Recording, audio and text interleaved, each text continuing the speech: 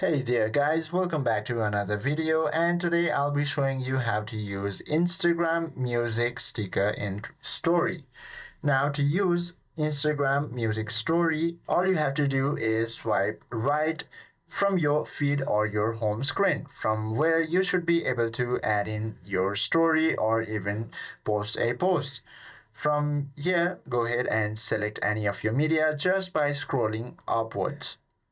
Now, once you select any of the media from your gallery, you should be able to find this sticker icon over here. Go ahead and tap on it. From there, you will find this music icon. Go ahead and tap on it.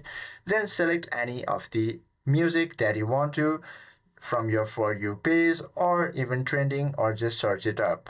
And once you select any of this music, you should be able to add in lyrics as well just by tapping on this fonts or just music only. Now once you select any of these options, as you can see, you can even place this lyrics anywhere you want in your story.